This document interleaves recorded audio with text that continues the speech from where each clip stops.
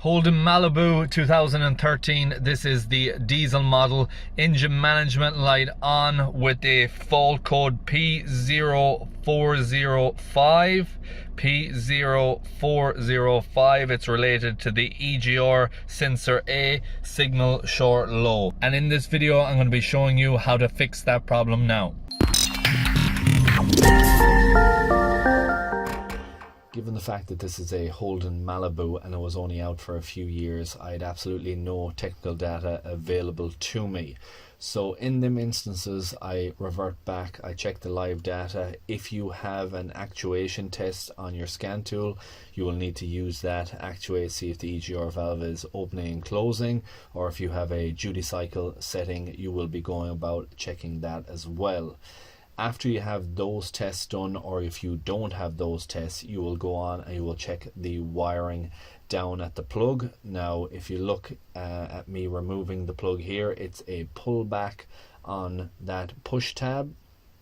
So you just flick it back and then you lift up, which I do with a screwdriver here, and I pull back and then the electrical connector is off.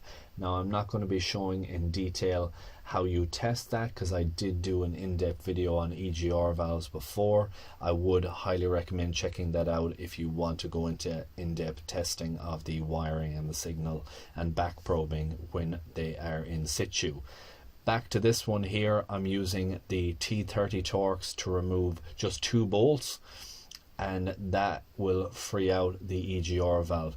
Now when I was looking up to see if this engine was in other vehicles, because I do like to know on crossovers or if I can run any other checks, I believe the Opel Vauxhall, depending where you are, Insignia is the same. When I ran that model of vehicle, it did show me the location of the EGR valve to be in this area, so it could be the exact same engine. I'm not 100% on that though. If you do know if it's the exact same engine, I would appreciate it if you pop it down in the comments section.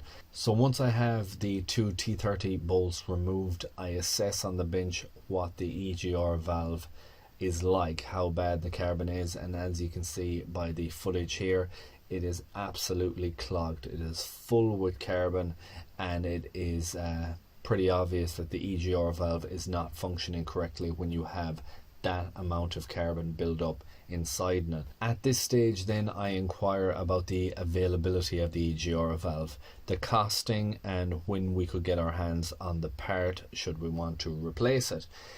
If you are doing this in a DIY setting, you can always clean it and reinstall and just check. When working in a professional environment, you need to have guarantees and you need to have customer satisfaction, knowing that a job is done right first time, so there'll be no issues. And in the workshop I am in, there's 2-year warranties, there's long kilometer warranties as well, so we need to make sure that we're doing the job correctly. But in this case, the EGR valve was not available at all. It was out of country, and there's a 8-week, I believe, timeline of when the part would be available.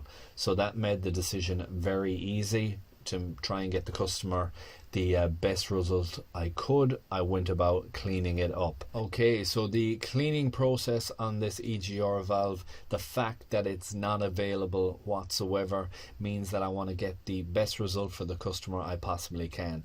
I get my brushes out for cleanup, I get my flat screwdriver, and I get my cleaner that I'm going to use. You can use EGR cleaner, you can use throttle body or carbon cleaner, whatever is available to you. There's lots of options that you can use to get this stuff off.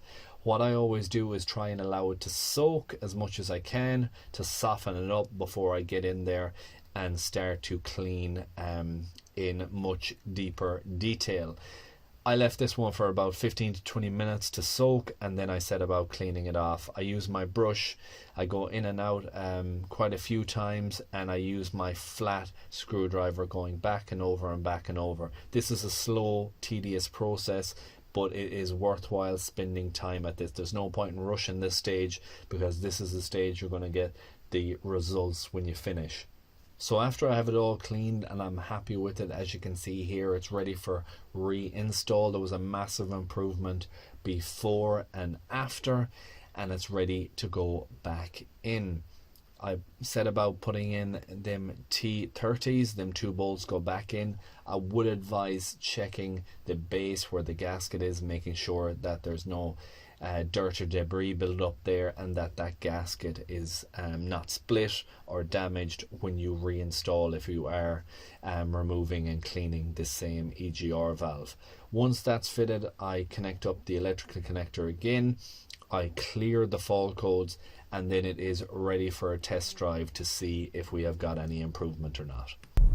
So I'm just on the test drive now, and the vehicle is running good, the fault codes are cleared, and everything at the moment seems to be okay. Now with the likes of this situation, it is a bit tricky because you have cleaned up the EGR valve, you haven't replaced that actual component. But in this case, it was the only scenario that we could do because the EGR valve was not available at all within the country, and current wait time could be as much as 2 to 3 months for that part. So when you're dealing with customers and when you're dealing with a company that has to make sure that they have warranties and policies in place, we must do what's right by the customer. So checking to see parts availability and costings, and then afterwards, when we know we haven't got any new components that we can replace, we are able to do the likes of them cleaning up EGR valves and trying to get the vehicle running as good as possible. So whether this is a long-term or a short-term fix, we'll find out when the customer puts up some kilometers on it. It may not come back at all, it may come back with that fault. If you are trying to check voltages and all that, which have been done on this vehicle as well for the EGR valve, I will link down in the description a video I done in much greater detail showing the testing of voltages going to the EGR valve, so you can rule out any faults in that side. Other than that, that's it guys. I hope you enjoyed this video. I hope you found it useful. If you did, please like, share, comment and subscribe, and I hope to see you in the next one. Thanks for watching.